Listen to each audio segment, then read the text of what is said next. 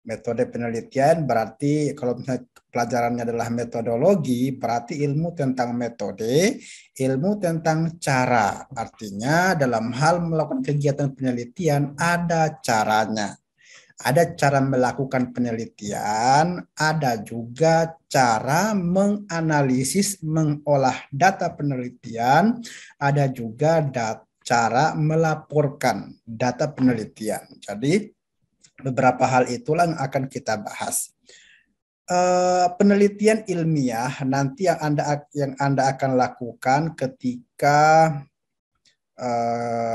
misalnya Anda menyelesaikan studi sarjana Anda, itu mensyaratkan beberapa hal. Pertama adalah penelitian Anda harusnya dilakukan dengan proses yang ilmiah.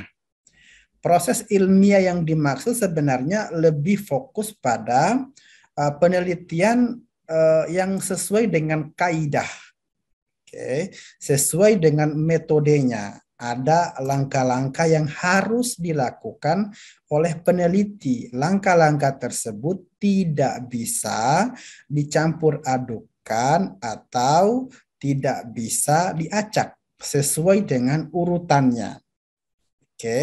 Jadi di sini misalnya ada kegiatan sebelum melakukan penelitian, juga ada kegiatan saat proses, maupun mungkin nanti setelah akhir penelitian. Jadi pertama yang harus dilakukan adalah bahwa penelitian kita itu harus dilakukan dengan tujuan tertentu.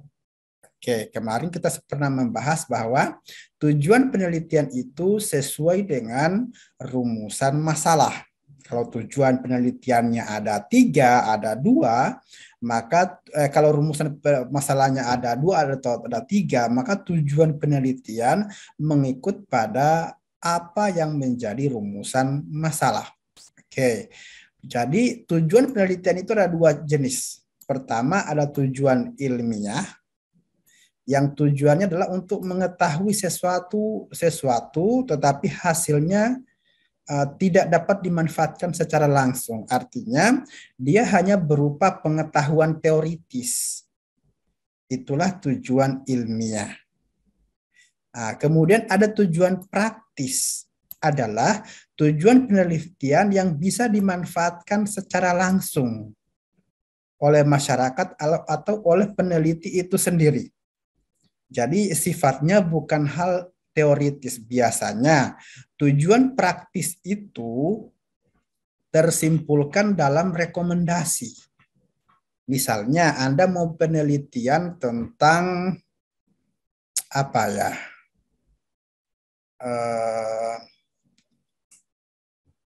Kebermanfaatan lembaga penghimpun dana masyarakat di Papua Barat.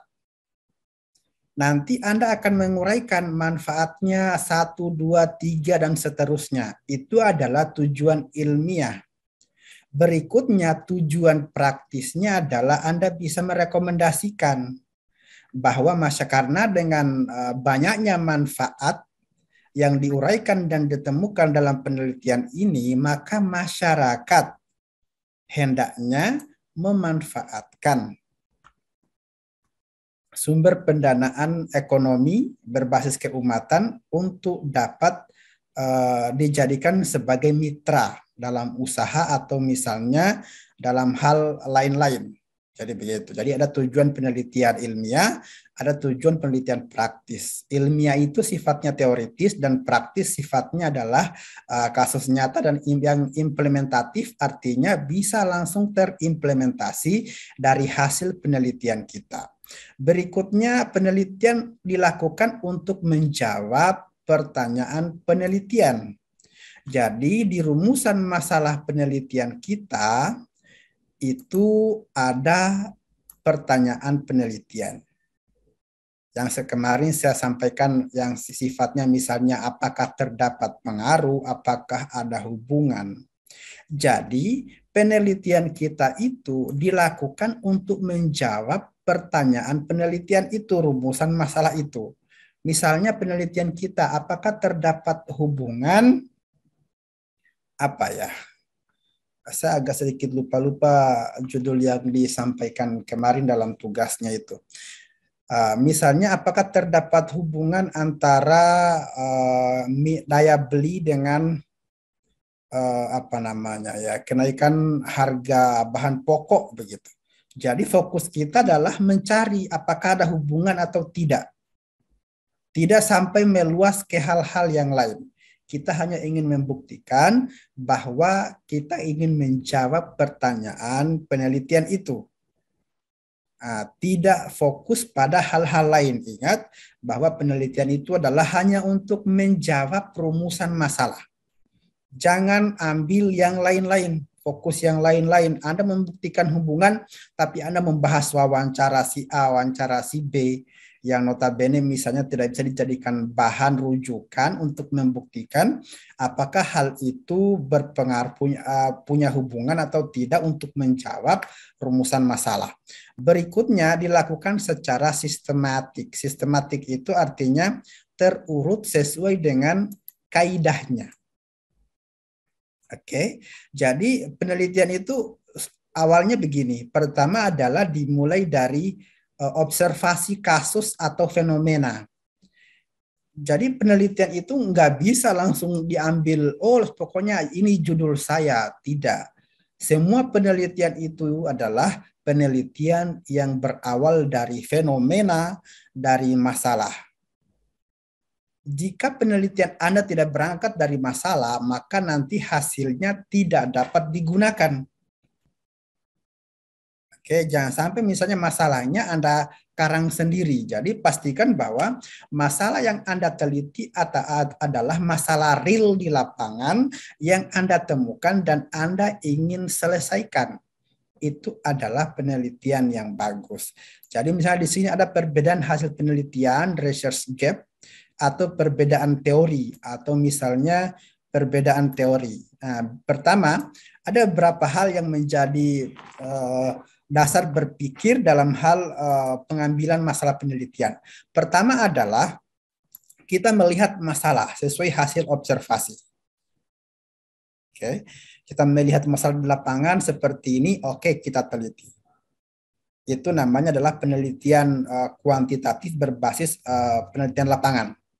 Kemudian berikutnya ada bisa jadi berangkat dari hasil penelitian. Anda mengkaji literatur, jurnal, atau buku, si A mengatakan A, si B mengatakan B, dan si C mengatakan C. Ketiganya adalah berbeda. Oke. Konsep yang mereka utarakan pada indikator atau variabel yang sama, tapi ketiganya berpendapat pada pendapat yang berbeda. Anda mau meneliti kenapa sampai berbeda. Atau misalnya Anda ingin mencari kiat-kiat bagaimana supaya sama. Oke, itulah misalnya penelitian berbasis kepustakaan. Oke, misalnya penelitian ada perbedaan teori hampir sama dengan perbedaan apa namanya ya, perbedaan hasil penelitian, research gap dan teori gap itu hampir sama, akan tetapi ada perbedaan. Intinya gitu, ada perbedaan teori, ada perbedaan hasil penelitian. Si A mendapatkan hasil penelitian begini, si B seperti ini, maka saya harusnya gimana? Oke, maka saya harusnya gimana? Jadinya adalah kita membuat desain penelitian yang baru. Oke, berikutnya ketika misalnya kita sudah menemukan masalah, oke, si A bilang apa, si B bilang apa, si C bilang apa, atau misalnya ada hal yang kita observasi di lapangan, maka kemudian kita rumuskan masalah itu. Kemudian setelah kita rumuskan masalahnya misalnya bagaimana atau apakah, atau misalnya seperti apa, pengaruh, hubungan. Kemudian kita mencari setelah ada rumusan masalahnya, kita deteksi dulu variabelnya. Apa saja yang ada di situ. Misalnya berkaitan dengan pemasaran, ada lembaga keuangan syariah atau seperti apa. Kemudian kita pelajari teorinya. kita kaji teori yang berkaitan dengan masalah dalam variabel dalam masalah itu. Misalnya tadi, judul saya adalah hubungan minat beli terhadap kenaikan harga pangan, harga sembako gitu. Jadi pertama adalah ya variabel di situ misalnya ada minat beli, daya beli. Oke, jadi itu harus saya cari teorinya. Kemudian misalnya ada lagi tentang apa namanya ya, kenaikan harga sembako, tentang krisis misalnya. Kemudian hal lain yang berkaitan dengan itu. Jadi pelajari dulu teorinya. Ada nggak teori yang menjelaskan tentang itu, sehingga dalam fungsinya kajian teori atau telah pustaka itu dijadikan sebagai referensi rujukan pembahasan nantinya. Oke, jadi kita mengkaji teori yang dilandasi oleh yang melandasi penelitian kita berdasarkan beberapa variabel. Kemudian kita merumuskan hipotesis. Kemarin kita sudah coba ini. Hipotesis itu adalah dugaan sementara terhadap pertanyaan penelitian kita. Kemudian menentukan metode penelitian yang tepat berdasarkan apa yang akan kita teliti. Jadi kita harus punya pengetahuan mendasar tentang ini.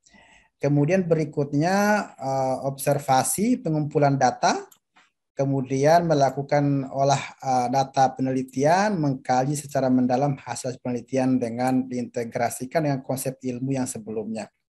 Oke, jadi tahapannya tadi adalah setelah merumuskan hipotesis, kita menentukan metode. Metode apa yang akan kita gunakan untuk penelitian kita? Yang dimaksud dengan metode itu adalah kualitatif kah, kuantitatif kah? Oke. Kualitatif jenis apa, kuantitatif jenis apa. Jadi penelitian itu umumnya metodenya ada sekitar, pertama ada metode penelitian kualitatif yang umum ya, kemudian kuantitatif, kemudian ada PTK, penelitian tindakan lapangan atau penelitian tindakan kelas, PTL atau PTK, kemudian ada namanya R&D, Research and Development, penelitian pengembangan. Jadi ada 4 pokok penelitian itu berikut. Biasanya ada eksperimen, tapi eksperimen itu nanti menyatu di bagian penelitian kuantitatif. Eksperimen, kecuali misalnya eksperimen berbasis laboratorium, itu berbeda. Kalau misalnya mereka yang berkecimpung dalam dunia ilmu pengetahuan alam, jadi begitu. Jadi memilih metode penelitian. Kemudian metode penelitian misalnya gini, kita pilih kuantitatif nih. Kuantitatif jenis apa? Jadi kuanti itu bukan hanya gelondongan kuanti, pokoknya no. Kuanti itu ada jenisnya A, B, C, D, begitu. Oke, nanti sebentar saya akan jelaskan jenis-jenis penelitian kuantitatif.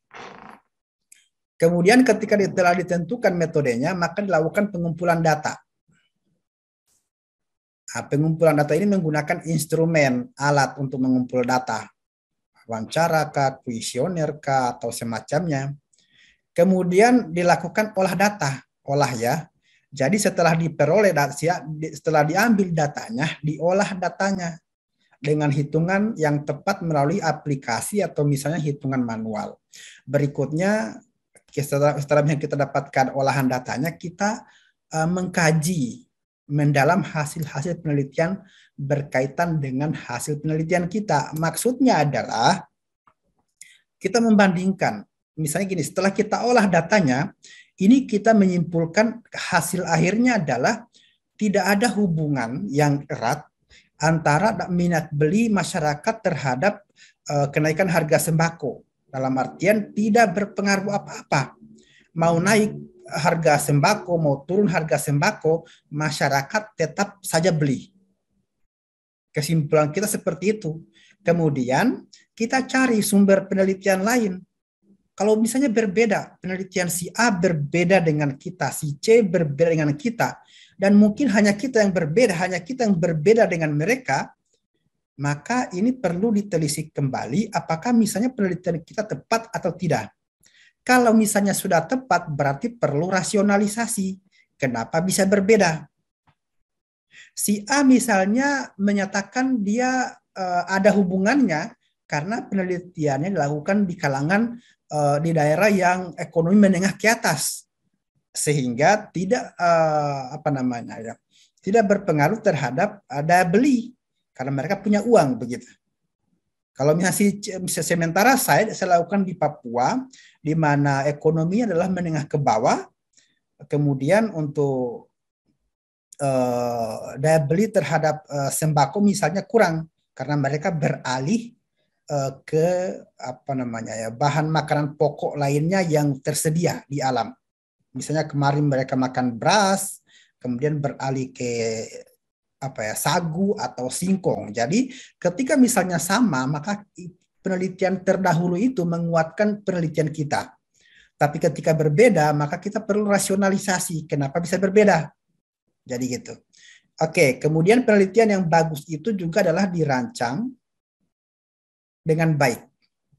Artinya tidak serta-merta disusun sekarang, turun penelitian besok, olah data lusanya, laporkan. Tidak. Kita rancang dengan baik agar tujuannya adalah agar data yang kita dapatkan itu adalah data yang benar, data yang tepat. Oke. Kemudian dapat direplikasi. Apa itu replikasi? Ada yang tahu? Proses pengandaan rantai ganda, Pak. Oke, pengandaan rantai ganda. Jadi replikasi itu replika, duplikasi. Oke.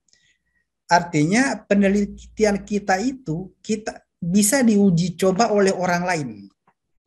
Dan hasilnya mirip-mirip begitu. Tidak akan berbeda jauh. Dengan instrumen penelitian yang kita miliki, kemudian dengan cara penelitian yang kita jelaskan di bagian metode penelitian, dilakukan orang yang berbeda di lokasi yang sama, maka hasilnya akan sama. Menandakan bahwa data kita reliable, atau misalnya dikatakan juga penelitian kita adalah teliti.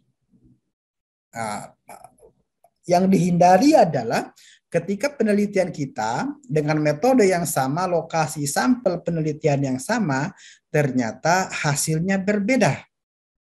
Apa yang salah? Bisa jadi misalnya kesalahan yang disebabkan oleh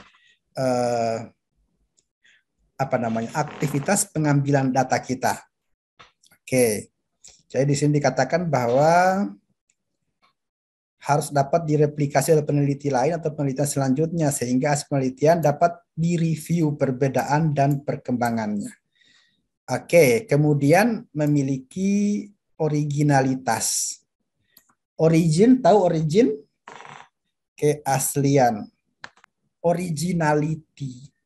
Origin itu kan asal, berarti dia sifatnya adalah lebih kepada keaslian. Keaslian penelitian. Jadi semakin origin, semakin asli penelitian kita, maka itu semakin bagus. Originality yang dimaksud adalah keunikan penelitian kita terhadap penelitian-penelitian sejenisnya dalam bidang yang sama. Pokoknya harus unik. Boleh sama tapi mungkin cuma 1-2. Itu pun ruangnya beda. Penelitian yang paling bagus adalah penelitian yang masalah atau judulnya berbeda. Atau fokusnya berbeda dari penelitian sebelumnya. Misalnya begini. Penelitian yang berkaitan dengan kemiskinan sudah banyak. Penelitian dengan lembaga keuangan syariah sudah banyak. Penelitian yang berkaitan dengan misalnya produk halal sudah banyak, marketing sudah banyak. Anda boleh meneliti tentang marketing, tentang lembaga keuangan syariah dan semacamnya, tapi fokusnya berbeda. Oke, originalitas itu sering disamakan dengan disebut dengan gap, gap masalah. Atau misalnya disebut dengan keunikan. Jadi bisa jadi misalnya didasarkan pertama pada fokus penelitian yang berbeda.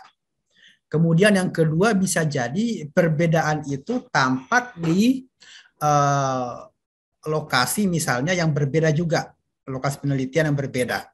Jadi ketika berbeda maka itu disebut dengan origin. Misalnya begini. Di beberapa daerah, di beberapa negara misalnya, lembaga keuangan syariah itu dominan berdiri dalam masyarakat komunitas Muslim. Misalnya Anda ada di Papua, itu yang etnisnya non-Papua, tapi mereka merasa membutuhkan lembaga keuangan syariah untuk hadir di tengah-tengah mereka. Artinya mereka membutuhkan itu. Nah, jadinya misalnya Anda ingin menelusuri tentang minat masyarakat asli Papua yang kita tahu misalnya dia adalah non-Muslim ya, non-Muslim terhadap lembaga keuangan syariah.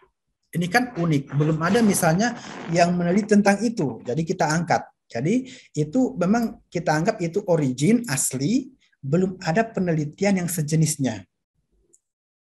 Nah, misalnya ada orang non Muslim, misalnya tiba-tiba misalnya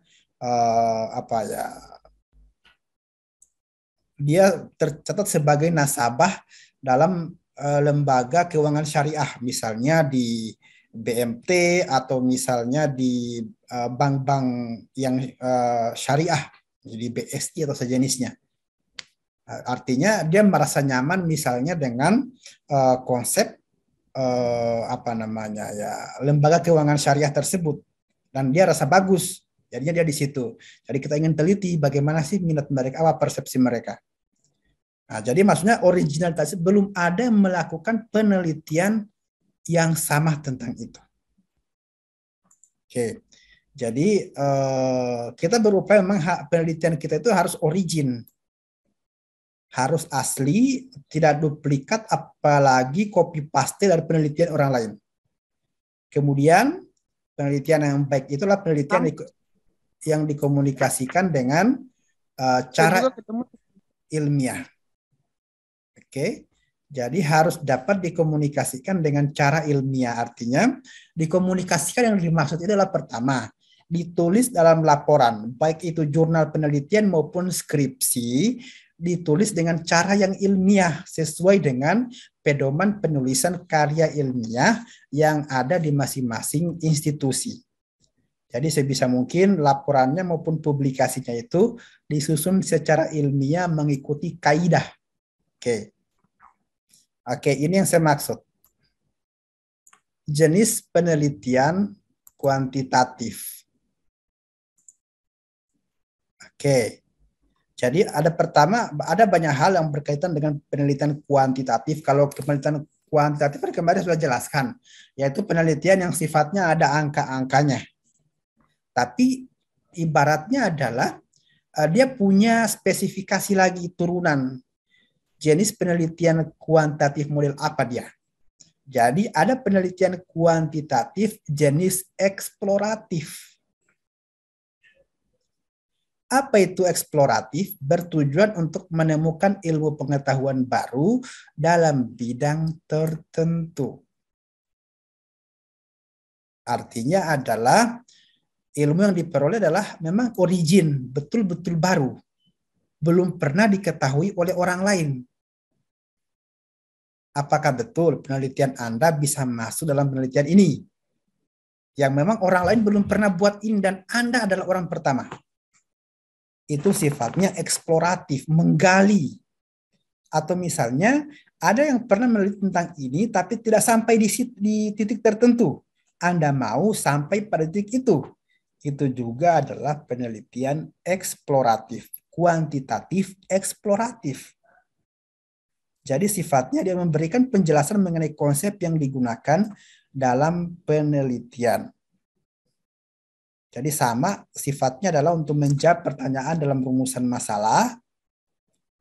Jadi disebut dengan penelitian pendahuluan. Artinya belum ada yang masuk di topik itu, Anda adalah satu-satunya yang baru memulainya. Sehingga dikatakan sebagai penelitian pendahulu. Tujuannya adalah untuk menjadikan topik baru tersebut lebih dikenal oleh masyarakat luas. Coba sekarang dipikirkan, kira-kira apa hal baru yang belum pernah dieksplor di wilayah Papua? dan Anda mau angkat itu. Anda ingin menjadi pemula untuk meneliti tentang itu. Dan datanya berupa data kuanti. Oke. Kemudian memberikan gambaran mengenai topik bahasan baru, generasi gagasan, dan mengembangkan teori, membuka kemungkinan penelitian lanjutan. Ketika setelah Anda melakukan penelitian dan ternyata tidak tuntas, masih bisa dilanjutkan kembali, maka orang lain bisa melanjutkan teori itu. Oke, intinya adalah Anda adalah pemula. Kalau Anda sebagai pemula, maka originalitas atau keaslian penelitian Anda pasti dijamin asli. Berikutnya, tadi ya, bisa dipahami penelitian eksploratif. Jika penelitian Anda adalah penelitian terbarukan, Anda adalah pendahulu atau orang yang pertama memulai pengkajian keilmuan itu, belum pernah ada orang lain melakukan hal itu, maka itu namanya adalah eksploratif, penelitian kuantitatif jenis eksploratif, atau boleh pakai pendekatan eksploratif. Oke, kemudian ada penelitian deskriptif kuantitatif. Ini saya pernah jelaskan ini. Kuantitatif, pendekatan deskriptif kuantitatif. Oke. Penelitian ini berupa penelitian yang menggunakan kuantitatif maupun kualitatif. Jadi dia disebut dengan hampir sama disebut dengan penelitian semi kuanti dan kuali, karena data kuanti yang dideskripsikan. Oke, data kuanti yang dideskripsikan. Kalau deskripsi itu kan dijelaskan, digambarkan, diuraikan. Oke, ciri utama penelitian deskriptif yang membedakan dengan penelitian lainnya adalah penelitian lebih misalnya pada pemecahan masalah yang ada pada saat penelitian berlangsung. Jadi, pada saat kegiatan penelitian berlangsung ada masalah, artinya fokus di bagian cerita saat proses pelaksanaan penelitian. Oke, ada jenis-jenis keadaan atau situasi di mana peneliti itu fokus melihat keadaan di lapangan, bukan saat mengambil data. Atau beberapa kejadian yang aktual dan berarti saat pengambilan data. Jadi datanya tetap data kuanti, akan tetapi saat pelaksanaan penelitian diceritakan alurnya. Saat pembahasan diceritakan prosesnya. Dipahami ya? Prosesnya diceritakan dari A sampai selesai, kemudian datanya juga diolah. Itu namanya adalah data penelitian deskriptif kuantitatif. Untuk mendeskripsikan situasi secara tepat, bisa diceritakan. Misalnya begini, hubungan antara tadi, apa ya? Saya kembali ke topik yang saya masih ingat tadi tentang daya beli masyarakat terhadap kenaikan harga sembako. Misalnya Anda pergi ke warung, misalnya Anda meneliti tentang berapa jumlah pembeli beras, pembeli apalagi minyak goreng semacamnya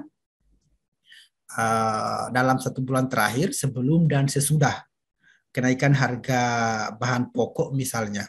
Kemudian Anda juga bertanya kepada penjualnya, bagaimana keadaan mereka saat membeli itu. Oh, ada yang mukanya cemberut ketika disebutkan harganya naik, ada yang mereka tidak cukup uangnya, kemudian batal membeli. Oke, itu adalah penelitian deskriptif kuantitatif.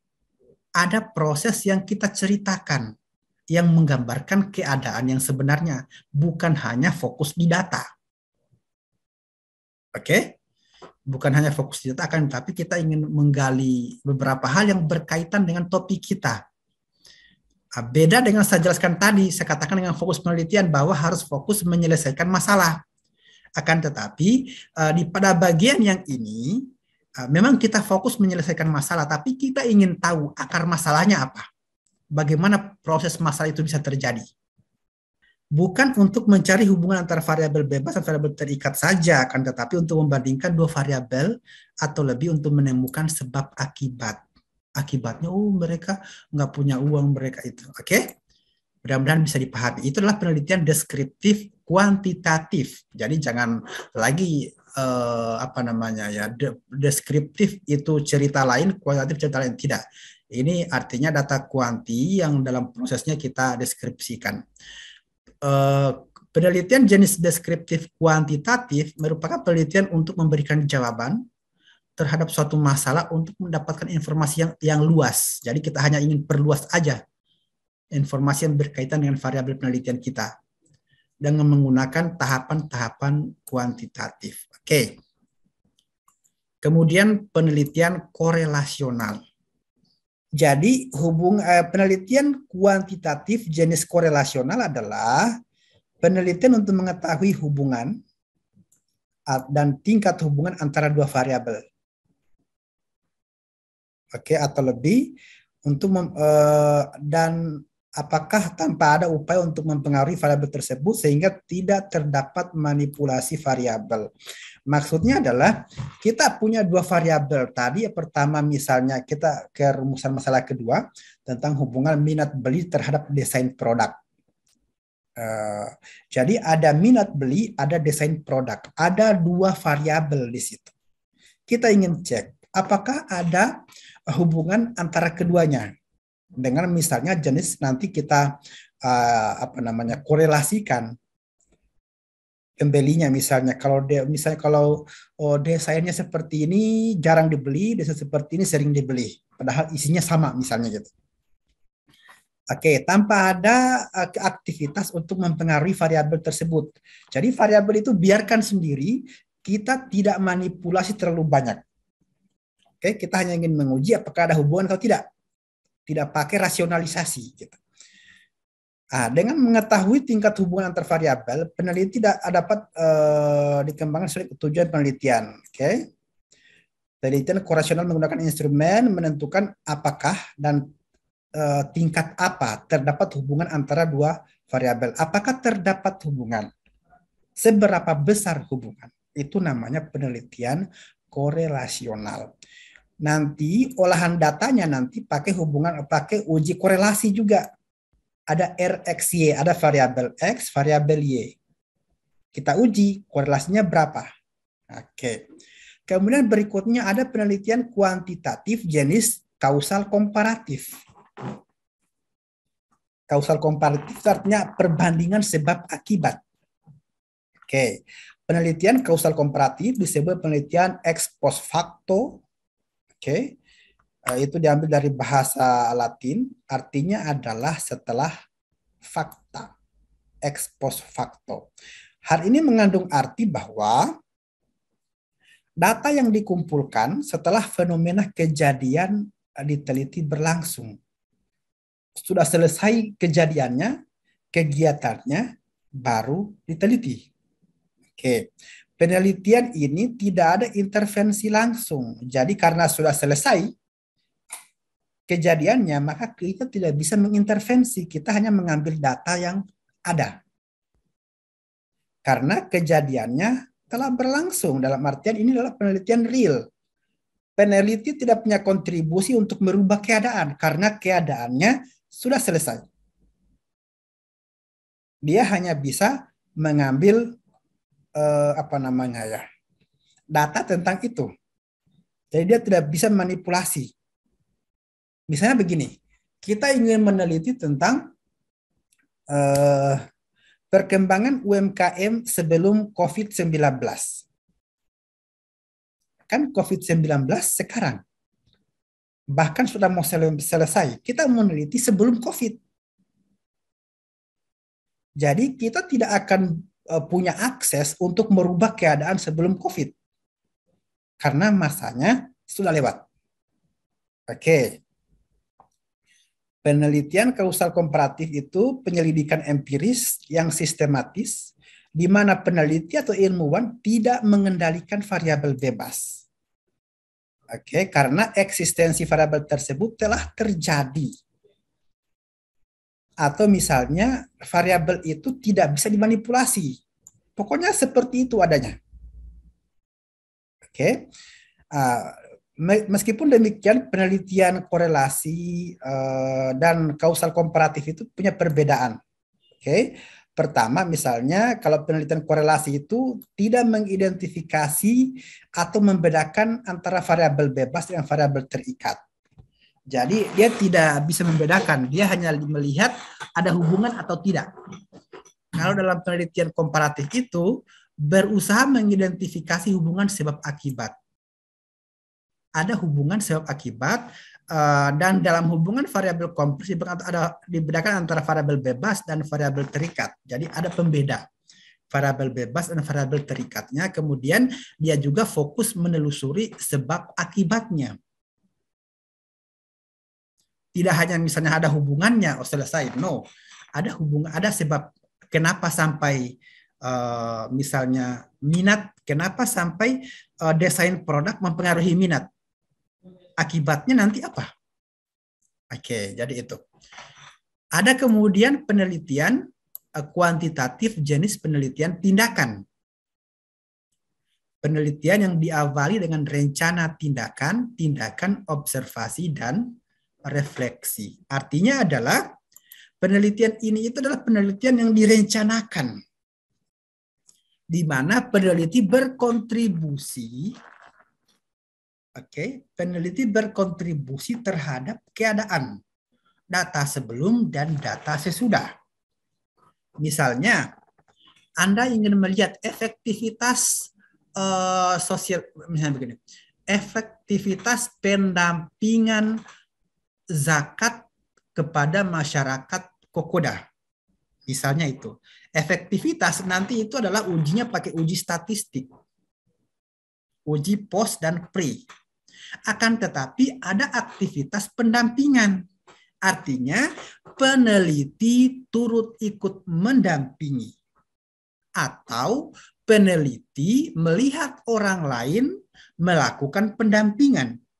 Ada kegiatan, ada tindakan sebelum dan sesudah proses pengambilan data.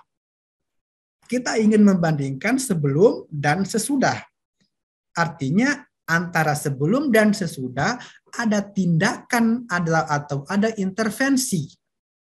Itulah disebut dengan penelitian kuantitatif jenis penelitian tindakan. Ada masalah, kemudian masalah itu ingin diselesaikan, langsung diberikan tindakan, buat seperti ini. Kita ambil datanya.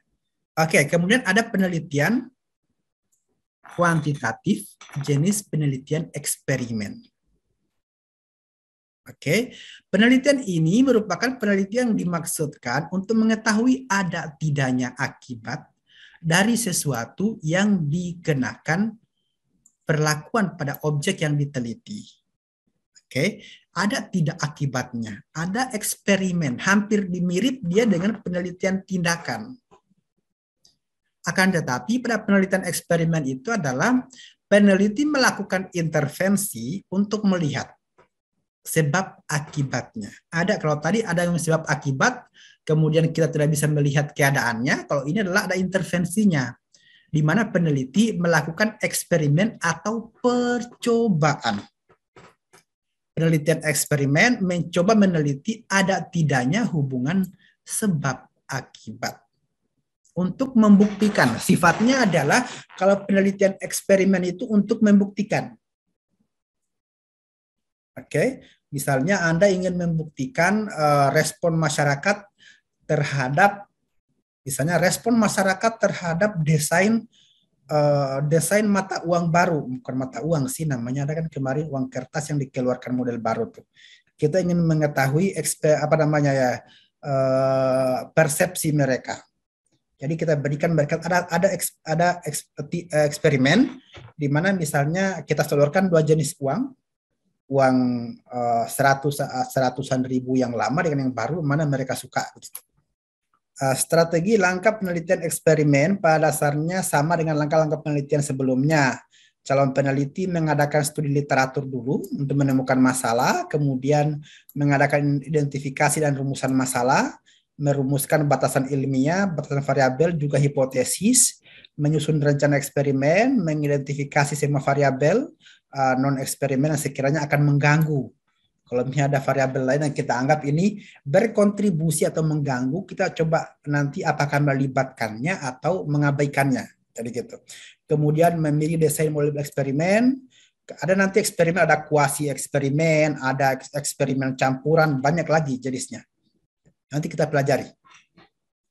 Kemudian memilih sampel yang representatif, bisa dengan random sampling atau sejenisnya. Saya sudah pernah jelaskan kemarin, ada sampel, ada populasi. Menggolongkan wakil subjek dalam 2 kelompok, disusul dengan penelitian kelompok eksperimen dan kelompok pembanding. Kemudian menyusun instrumen yang tepat untuk mengukur hasil perlakuan, membuat garis besar prosedur, kemudian merumuskan hipotesis, melakukan eksperimen, kemudian memilih data, akhirnya adalah mengolah data. Oke. Kemudian jenis penelitian kuantitatif dengan penelitian pengembangan, research and development. Oke. Jadi di sini misalnya nanti ada longitudinal study, ada cross sectional study jenisnya. Jadi banyak. Ini pola perubahan kejadian pada kajian berdasarkan responden yang sama dalam periode waktu yang berbeda. Misalnya pelaku UMKM sebelum COVID dan setelah COVID. Oke, itu respondennya sama tapi waktunya berbeda. Oke, kemudian ada cross-sectional studies. Itu adalah pola yang secara langsung mengukur hakikat dan kecepatan perubahan kelompok sampel dengan peringkat karakteristiknya. Penelitian dilakukan dalam satu waktu yang sama. Satu waktu yang sama, tapi intinya adalah untuk melihat konsistensi. Jadi ini sering banyak digunakan dalam penelitian psikologi untuk menguji konsistensi. Sudah ditanyakan sebelumnya, sekarang ditanya lagi. Apakah jawaban kita sama atau beda? Jadi gitu, hanya ditanya. Kemudian berikutnya ada trend study, dirancang untuk mengetahui dan menetapkan pola perubahan di masa lalu yang digunakan untuk meramalkan keadaan pola di masa akan datang. Jadi misalnya ada krisis tahun 1998 misalnya, kita ingin meramalkan apakah misalnya 2024 akan terjadi krisis baru. Tinggal dilihat keadaannya. Oh, ini mirip ini dengan 98, berarti 2024 akan krisis. Jadi gitu. Kemudian ada research and development, penelitian pengembangan. Oke. Penelitian kuantitatif jenis pengembangan itu mencakup 2 fase, yaitu penelitian dan pengembangan. Penelitian lebih banyak digunakan dalam dunia bisnis. Oke. Ada R&D, mempelajari temuan penelitian yang berkaitan dengan produk yang dikembangkan. Misalnya begini, R&D itu research and development itu bisa dipakai oleh para pebisnis ketika misalnya ingin melakukan studi kelayakan bisnis. Oke, studi kelayakan bisnis misalnya begini, Indomaret, Alfamaret itu sebelum membuka bisnis di Papua Barat, itu sebelumnya dilakukan studi research and development dulu, dikembangkan. Di riset dulu perilaku masyarakat di sini gimana. Kemudian dikembangkan, oh kalau gitu nanti karena masalah seperti ini, kita buat desain layanan kita nanti seperti ini. Jadi gitu. Jadi diteliti dulu kasusnya apa, kira-kira faktor apa aja yang berpengaruh, kemudian dikembangkan sistem kebijakan baru. Oke, itu namanya adalah penelitian kuantitatif jenis research and development. Oke, ini tadi resumenya, penelitian kuantitatif jenis eksploratif, deskriptif, kualitatif, kuantitatif, korelasional, kausal komparatif, tindakan, eksperimen, pengembangan.